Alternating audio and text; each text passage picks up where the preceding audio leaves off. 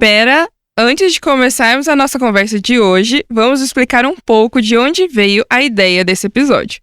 The Last of Us é uma franquia de jogos de videogame de ação e aventura, que se passa em um mundo pós-apocalíptico. Nele, os seres humanos se transformam em canibais quando são infectados por uma mutação do fungo Cordyceps. Em 15 de janeiro de 2023, a Home Box Office, mais conhecida como HBO, lançou a série com o mesmo nome do jogo. Na série, Joel é um sobrevivente meio cínico, enquanto Ellie é uma jovem muito corajosa. Eles se unem devido à dificuldade que estão vivendo. Juntos, eles enfrentam circunstâncias e vários monstros, enquanto tentam sobreviver em um Estados Unidos pós-apocalíptico. Bizarro, né? Pois é. Depois do lançamento, muitos portais de notícias resolveram falar sobre a possibilidade de ser infectado por fungos. E claro, a gente não ia ficar de fora. A série The Last of Us nos apresentou um mundo apocalíptico, destruído depois que um fungo passou a infectar os humanos. Por mais que seja ficção, a série baseada em um game usou um fungo da vida real para sua trama. Não querendo botar medo em ninguém, logicamente, mas afinal, você sabe o que são fungos? Te adianto que, apesar de algumas espécies trazerem grandes prejuízos aos seres humanos, eles são parte importante da nossa vida e estão em lugares que você nem imagina. O Ciência ao Pé do Ouvido convidou a professora doutora Halciane Menezes, responsável pelo laboratório do curso técnico de análises clínicas da Escola Técnica de Saúde da UFO, para falar neste episódio mais sobre os fungos, o que são, suas aplicações e como eles influenciam na nossa vida. Eu sou Isabela Breve, estagiária de jornalismo na Diretoria de Qualidade de Vida e Saúde do Servidor. E eu sou Aldo Rodrigues, estagiário da Diretoria de Comunicação da Universidade Federal de Uberlândia. E antes de começarmos a entrevista, gostaria de sugerir que você nos siga nas nossas redes sociais. Nós estamos presentes no TikTok, Twitter e nas redes sociais oficiais da UFO. As arrobas você encontra na nossa descrição. E também avalie o Ciência ao Pé do Ouvido na sua plataforma preferida. Além disso, se você tiver alguma dúvida ou quiser mandar um recado, envie um áudio para o nosso WhatsApp 999 66 2021. Repetindo, 999 66 2021. Nosso DDD é o 34.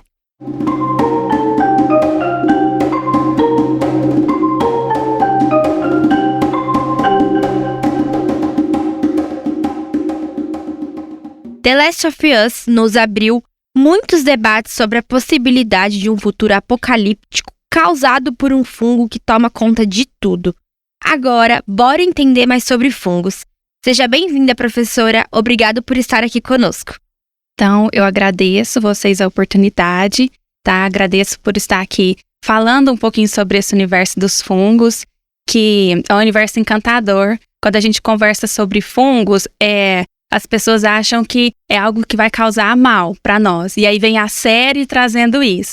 Mas se a gente entende mais um pouquinho, a gente vê que os fungos são muito mais benéficos para nós, são muito mais aplicados a algo, coisas boas para nós do que trazer alguns malefícios. Então, assim, fungo a gente pode ficar horas e horas debatendo e aí no final vocês vão ver que, poxa vida, os fungos são ótimos. Eu não sabia que tinha um fungo que eu já tinha comido e que era tão gostoso assim, né? Então, assim, acho que hoje a gente vai ter a oportunidade de levar isso pro pessoal e espero que no final todo mundo goste um pouquinho mais de fungo do que a série nos apresenta. Com certeza, né? A série realmente botou medo em todo mundo. Novamente, seja bem-vindo, professora. E para iniciar a nossa conversa aqui, né?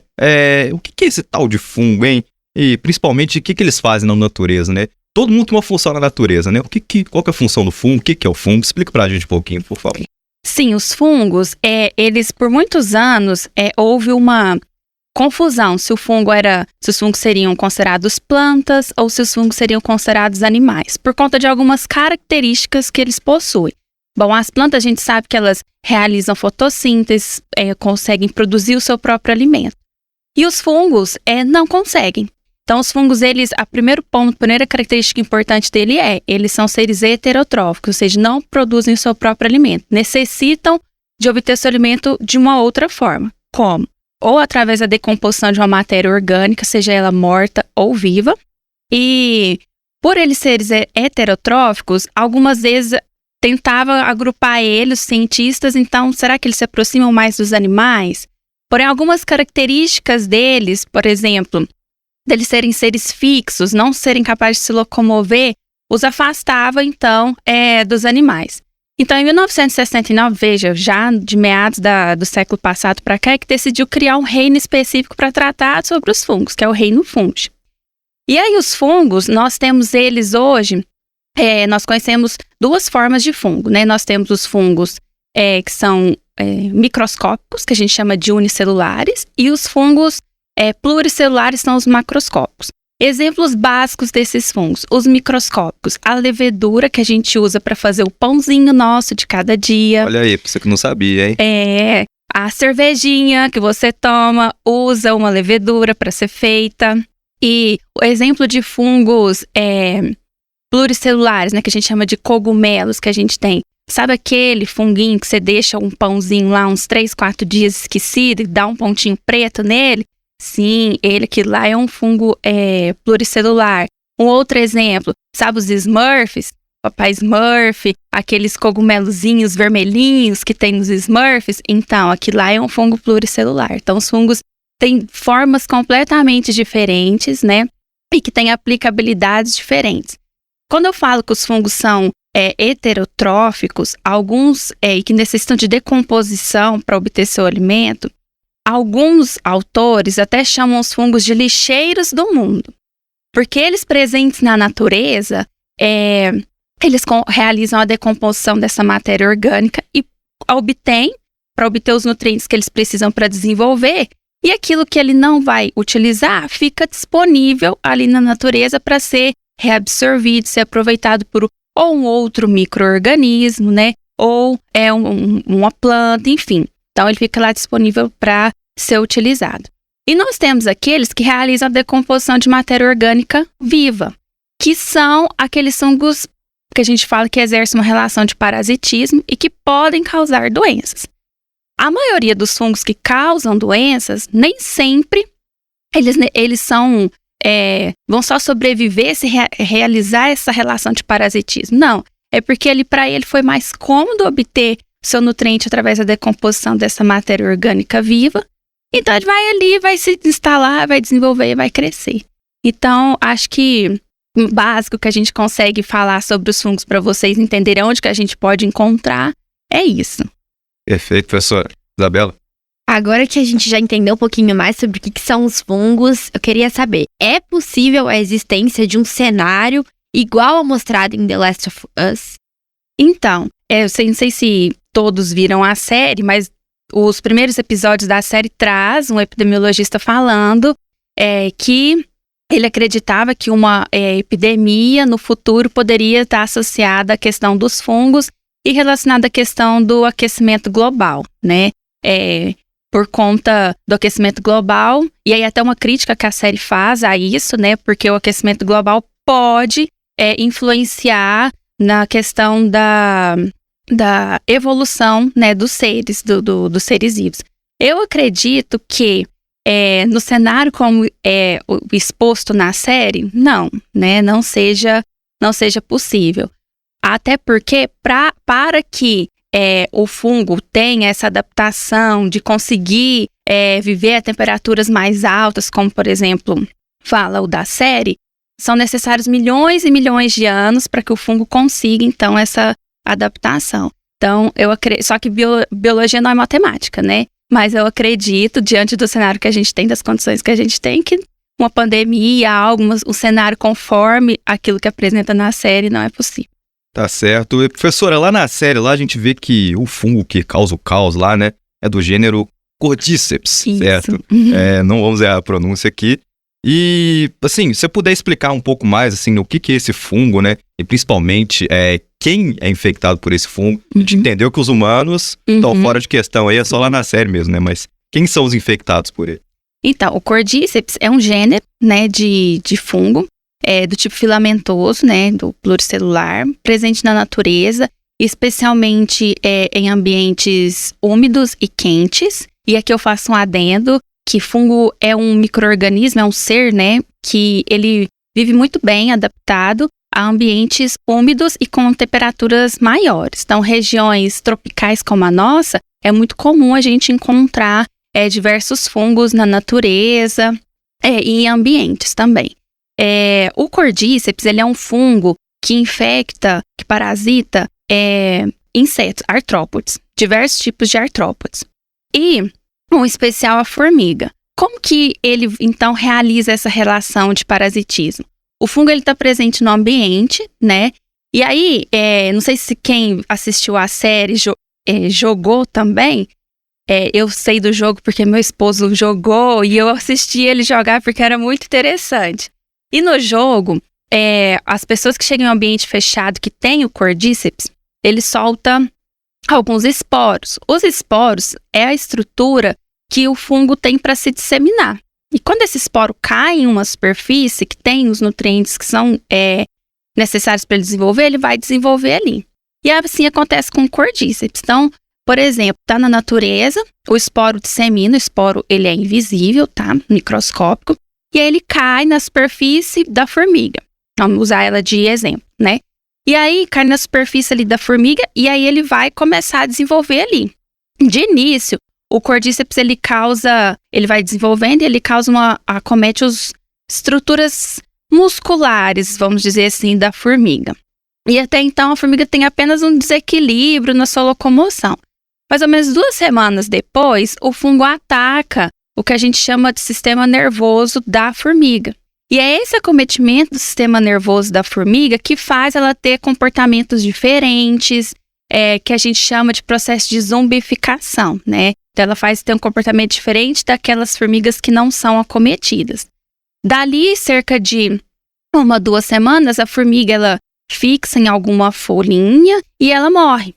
E ali, só que o fungo não morre, ele continua se desenvolvendo. E ali, um certo tempo, alguns dias, nasce, né? A gente consegue visualizar para fora da formiga a estrutura reprodutora do fungo de novo, que é onde ficam os esporos. E ela sai para fora da formiga. Quando essa estrutura está cheia de esporos, ela se arrebenta e dispersa novos esporos no ambiente. Essa seria a estrutura que na série é nos humanos, né? No rosto deles, é essa estrutura ou não?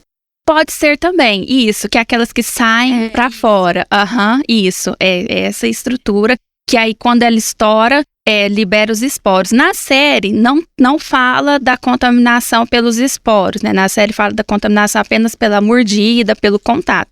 Mas a formiga não passa o fungo de uma formiga para outra pelo contato. É só pela disseminação através dos esporos, tá? E no jogo já tem essa disseminação pelos esporos. Tanto que quando eles entram no jogo em locais fechados, eles estão de máscara para evitar a inalação dos esporos. Quais que são os tipos de fungos, assim, mais comuns que a gente tem no nosso dia a dia? E eu entendo, assim, por ambiente, igual a gente tá conversando aqui, que o fungo é o lixeiro do mundo, né? Basicamente da natureza. Mas tanto de aplicação quanto, sei lá, até dentro do corpo da gente. Tem fungo dentro da gente também? Sim, nós temos. Então, vou falar um pouquinho das coisas que a gente tem de aplicação benéfica e a gente vai caminhando para algumas doenças que também são comuns no nosso dia a dia, né? Então, a gente pode, lá no início eu falei um pouquinho sobre o fungo na alimentação.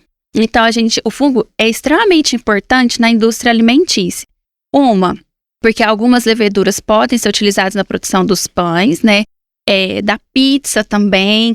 Não sei quem já produziu pizza em casa, sabe? Que a gente tem que põe água quente, põe um pouquinho de açúcar e põe o fermento biológico, deixa descansar. O fermento biológico é a levedura, que vai se alimentar daquele açúcar que tem ali, né, fermentar, e aí isso vai produzir, vai crescer a massa, ele vai desenvolver, vai crescer a massa e produzir a leveza. A cervejinha também, então, é o fungo que dá a característica do gás, o aroma da cerveja, a cor da cerveja, então é tudo a levedura que utiliza para fazer. Aqueles queijos que a gente consome também, o queijo brie, o queijo gorgonzola, são fungos que a gente utiliza para a sua produção. O estrogonofe, né, que a gente come e a gente põe um champignon lá também, né? Então, o champignon é um tipo de fungo que a gente consome. Então eu posso, já que a gente tem vários tipos de fungo que a gente consome, então eu posso pegar um ali na natureza e consumir? Não, pelo amor de Deus.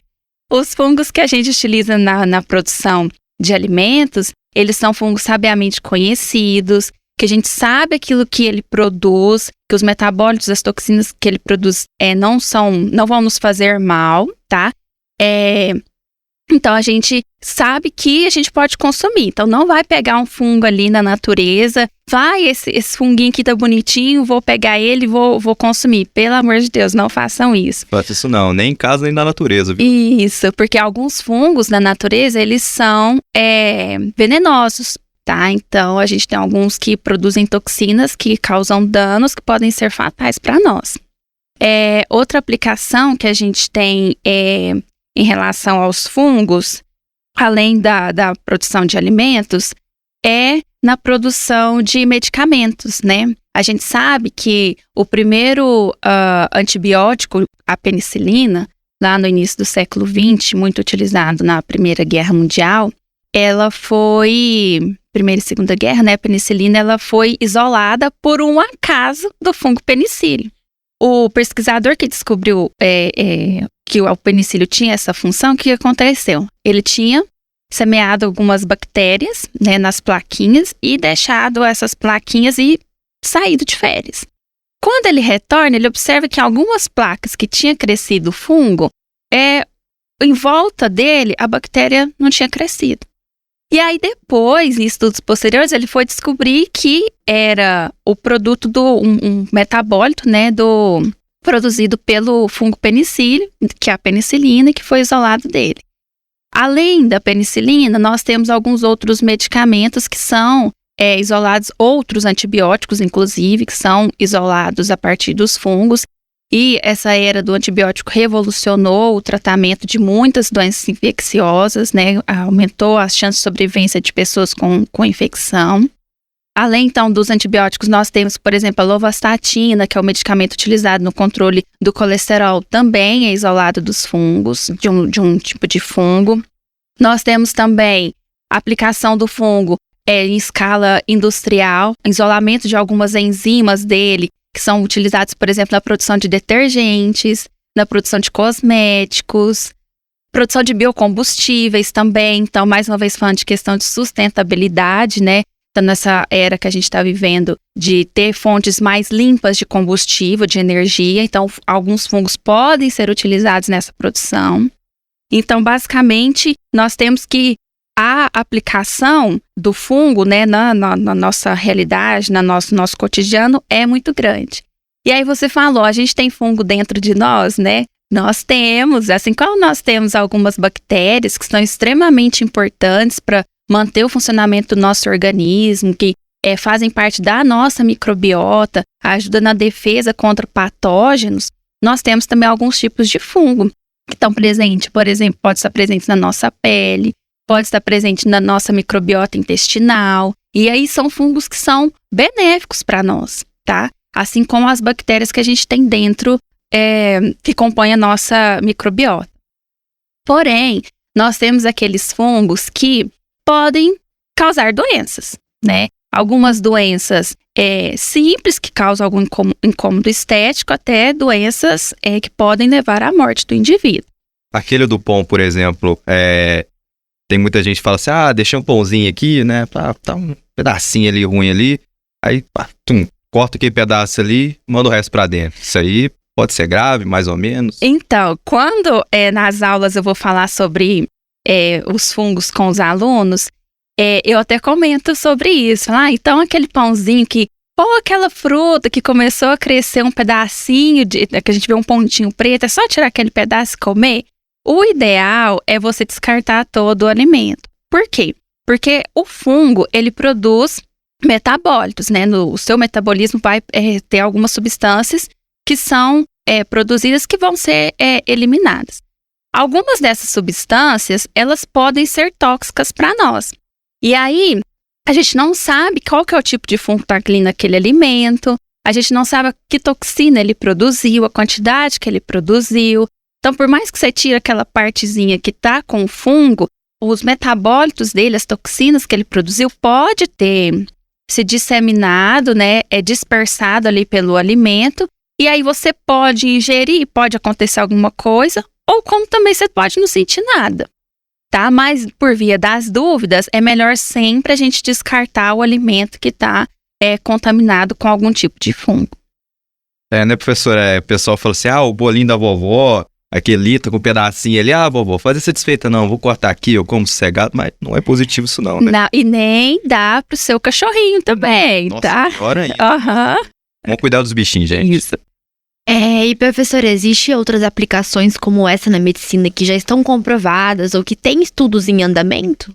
Então, além dessas questões de relação ao transtorno de depressão, nós temos também alguns estudos que ainda, apesar de já ter isolado a ação antimicrobiana de alguns fungos, né, composto com ação antimicrobiana de alguns fungos, sempre ainda tem alguns estudos tentando esse isolamento de algum composto, seja com ação antimicrobiana, com ação, alguns até com ação antitumoral, tá? Mas eu tenho falado muito, reforçado muito a questão da ação antimicrobiana, porque a gente está vivendo uma era que a gente tem tá se tornando cada vez mais frequente o surgimento de micro-organismos resistentes aos antimicrobianos que a gente utiliza atualmente. E aí isso é uma questão de saúde pública, é um problema que chama a atenção, que preocupa os profissionais da saúde para o tratamento de infecções. Então, as pesquisas voltadas para desenvolvimento, para descoberta de compostos que podem ter ação antimicrobiana a partir de fungos encontrados na natureza, elas ainda continuam. E fungo, gente, é uma coisa assim, hoje a gente conhece cerca de 200 mil espécies de fungos. No mundo inteiro? Isso.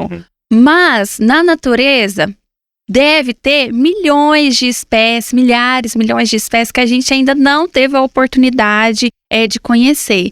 E aí, só através da ciência, né, da busca, das pesquisas, que a gente vai conseguir conhecer, identificar novos fungos, conhecer as suas propriedades, como que ele funciona e saber o que a gente pode isolar dele.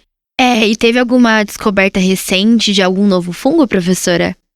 Olha, que eu saiba, não, mas assim, ontem pode ter saído, né, e eu não consegui ler a publicação, mas que eu saiba, ainda não. Mas todo ano tem alguma publicação relacionada a isso. Com certeza, a pesquisa científica é violenta demais nesse sentido, né? Toda hora tem uma novidade, parece que todo dia é Natal. E, professor, nesse sentido das pesquisas, né, uma coisa que você destacou muito aqui, né, é como é que o uso da natureza, principalmente dos fungos a nosso favor, é o que compõe a nossa vida moderna, né? Basicamente fundamenta a sociedade, né?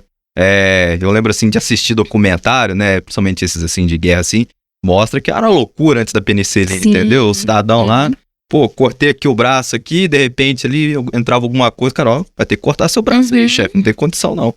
Mas ainda nessa questão das pesquisas científicas que a gente estava comentando, né, vale citar que tem uma pesquisa aqui na UFA aqui, muito interessante, que a gente consultou, do professor Reginaldo Pedroso, da equipe dele, né, que fala sobre limpeza de ambiente com relação a fungos, assim, né, nas fezes dos pombos, né. Essa pesquisa é sensacional e a gente vai falar um pouco sobre ela agora. O professor Reginaldo dos Santos Pedroso é doutor em Biociências Aplicadas à Farmácia pela Universidade de São Paulo e pós-doutor em Promoção de Saúde. Ele estudou a presença de criptococos no ambiente e a resistência a antifúngicos no mestrado e no doutorado. Hoje, ele é professor da Escola Técnica de Saúde e orientador no programa de pós-graduação em Ciências da Saúde aqui na UFA. Você pode ler sobre essa pesquisa na seção Leia Cientistas lá no portal Comunica UFA. Vamos deixar o link aqui na descrição, tá bom? E até a gente vê que é aplicado muito isso aqui na universidade, né? Eu passo de manhã no restaurante universitário, ali tem um cara lá com uma VAP lá, tirando ali as fezes dos pombos ali e tudo mais. Por onde que vão as principais pesquisas científicas no mundo hoje com relação a fungo? A gente já comentou de aplicação médica, para a questão de combater superbactérias, né? E aqui na UFO também, o que vocês andam pesquisando também? Qual que é a linha de pesquisa, assim, dos fungos, assim? Certo. Como a gente viu, os fungos têm uma aplicação muito grande. Aqui na UFO, nós lá do grupo do professor Reginaldo, a gente trabalha mais focado na questão daqueles fungos que causam doenças, na parte epidemiológica dessas doenças e como que a gente pode, ações que nós podemos ter para poder reduzir as chances de ocorrência dessas doenças. Por quê? Apesar da gente ver que os fungos são muito mais benéficos para nós temos aqueles que causam doenças. E quando um fungo causa uma doença, ele geralmente vai acometer um indivíduo imunocomprometido ou um indivíduo que tem as suas defesas já um pouco mais baixas. E quando ele, por exemplo, quais grupos de pacientes? Aqueles pacientes portadores do vírus HIV já desenvolvendo a fase da doença AIDS, tendo as manifestações clínicas, ou um paciente transplantado, um paciente internado muito tempo no ambiente hospitalar, são pacientes mais vulneráveis a desenvolver uma infecção fúngica mais grave. Então, nosso foco aqui, o grupo do professor Reginaldo, é esse, a gente trabalhar, né, avaliar quais são os principais patógenos, as principais espécies de fungo que têm acometido pacientes no hospital, quais são as principais características desses pacientes, e o que a gente pode ser feito, o que nós podemos fazer para melhorar a assistência e reduzir as chances de ocorrência dessas infecções. Esse trabalho que o Reginaldo fez foi com um aluno de TCC, foi um trabalho super interessante, porque a gente coletou amostras, foram 2 alunos, na verdade. Um aluno ficou responsável por coletar amostras dos troncos das árvores, do campus Umuarama, e o outro foi responsável por coletar amostras de fezes de pombo. A gente sabe que pombo é um animal que está em todos os lugares, né? E as fezes do pombo pode ter um fungo chamado Cryptococcus. O Cryptococcus é um gênero, né, de fungo que tem algumas espécies que, especialmente pacientes HIV positivos, já na fase de doença, de manifestação clínica da AIDS, ele pode acometer esse indivíduo, causar meningite ou uma infecção de corrente sanguínea, ser muito grave e levar o indivíduo ao óbito muito rápido. E nós temos algumas outras espécies, como por exemplo o Cryptococcus gat, que às vezes pode acometer indivíduos que são imunocompetentes, como eu, como você, como você. Daí a relevância dessa pesquisa, da gente buscar, né, o que tem no campus desse fungo e se, como lá no campus Umuarama, os alunos transitam muito no campus e no hospital, né, o que a gente poderia estar oferecendo de risco. E aí a gente observou que, felizmente, nas fezes desses pombos e nos troncos das árvores, a gente não encontrou o Cryptococcus neoformans, né, o Cryptococcus gat, mas nós encontramos outras espécies de Cryptococcus. E aí a gente chama a atenção para a questão, então, do cuidado, né, do ambiente com a contaminação das fezes. Nunca, então, varrer um ambiente que tenha fezes de pombo. Então, nunca, então, varrer, porque as fezes secas, o fungo, os esporos podem, né, se suspender e a gente pode inalar. E aí esse fungo Cryptococcus, porta de entrada dele pode ser pelos pulmões, pode causar uma pneumonia. Então, sempre lavar, né, para retirar. O ideal é que a gente não tenha os pombos, mas a gente sabe que o pombo é muito difícil a gente não ter em qualquer ambiente. Então, o ideal, se tá sujo, com fezes, o ideal é lavar e não varrer para não ter essa chance de ressuspender. Perfeito, professora. Isabreve, mais alguma questão para a gente tratar com o professor? Professora, é possível alguma dessas doenças que são causadas por fungos em seres humanos, é possível causar a morte? Sim, sim. O Cryptococcus, inclusive, ele pode sim causar a morte, ter uma taxa de mortalidade elevada, expressiva, né, vamos dizer assim. E nós temos também alguns outros fungos, vou falar um que eu gosto muito, que eu trabalho bem com ele, que são as espécies de Cândida. A Cândida é um fungo, a espécie de Cândida é um tipo de fungo que está presente na nossa microbiota intestinal, na nossa pele, na mulher, está presente na microbiota vaginal também. Ela é importante para nós. Mas então como que ela pode causar a morte, né? Então, indivíduos, por exemplo, que mais uma vez, reforçando aqueles que estão internados muito tempo em ambiente hospitalar, que passam por alguma cirurgia do trato gastrointestinal, esse fungo, a cândida pode causar infecção, né? E às vezes, como ele está na pele também, aí a gente reforça a questão da importância da higienização das mãos, especialmente no ambiente hospitalar, antes e depois de manusear o paciente, porque ele pode ser levado de um paciente para o outro pelas mãos, né? E esse fungo, em indivíduos internados, ele pode causar uma infecção grave e que geralmente leva ao óbito. Por exemplo, em neonatos críticos, né, que estão internados há algum tempo na UTI neonatal, a taxa de mortalidade pode chegar a 30% por esse fungo. E 90% pode morrer em até 30 dias após a infecção. A maioria é assim, descobriu que o bebê está com infecção por uma espécie de cândida. Se não iniciar o tratamento imediato, dali uma semana, infelizmente, ele vem a óbito. E aí uma questão importante que a gente traz, que vale lembrar sobre as espécies de cândida, é que não sei se alguns de vocês já ouviram falar, a mídia tem trazido muito, já vi na televisão, vi várias notícias na internet falando do superfungo. Esse superfungo é uma espécie de cândida, a Candida auris, que foi isolada na década passada, primeiramente de uma infecção de ouvido de um paciente lá no Japão. E por que ela é chamada de superfungo? Porque ela já foi isolada com resistência às principais classes de antifúngico que a gente utiliza no tratamento dos fungos hoje. Então, é um fungo, e aí se começou lá no Japão e começou a se espalhar. A gente sabe que a globalização, a gente viveu isso com a pandemia do Covid, né? Pouco tempo, é um fungo que já estava se espalhado pelo mundo inteiro. Então, aqui no Brasil, em 2020, nós já tivemos os primeiros surtos, né, os primeiros relatos de surtos em UTIs por esse fungo. Esse ano também teve já relatado casos, o Ministério da Saúde, a Anvisa já notificou alguns casos, mas ainda até onde eu li, em UTIs de estados da região Nordeste. Mas é um fungo que preocupa porque, poxa, se ele já é isolado, resistente à maior classe dos antifúngicos disponíveis, como que eu vou tratar o paciente? Então, a melhor forma de evitar é a prevenção, tá? Porque esse fungo está associado a uma elevada taxa de mortalidade, o paciente, infelizmente, evolui muito rápido para o óbito.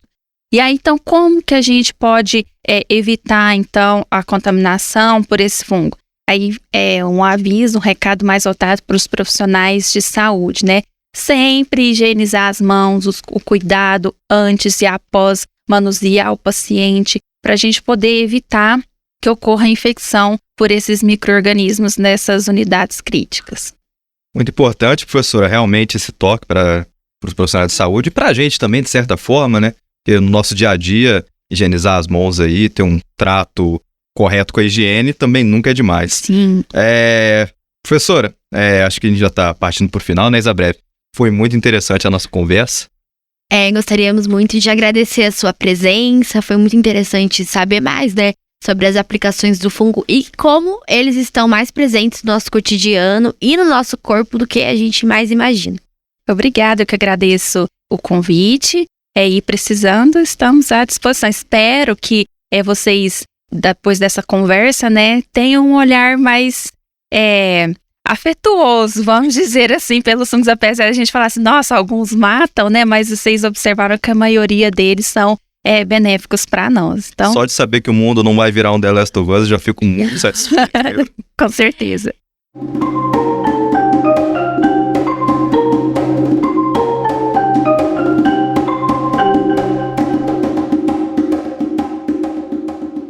E um muito obrigado a você que esteve aqui conosco nos ouvindo. Só te passar um lembrete. Não deixa de nos seguir nas redes sociais e se inscrever na plataforma que você ouve o nosso podcast.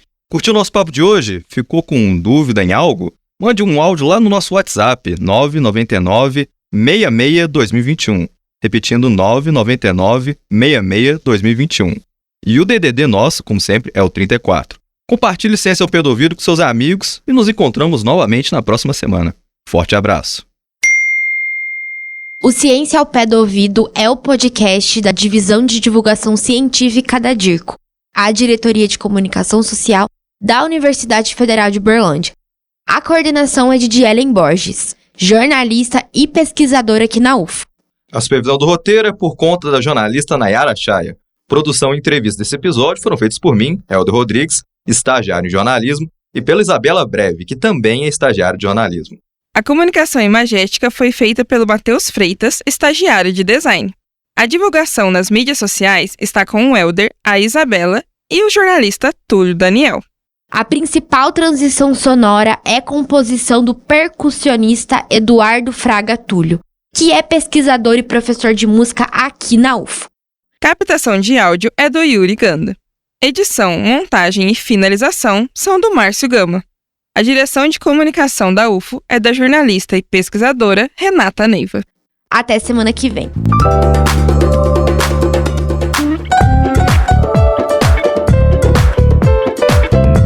Ciência ao pé do ouvido.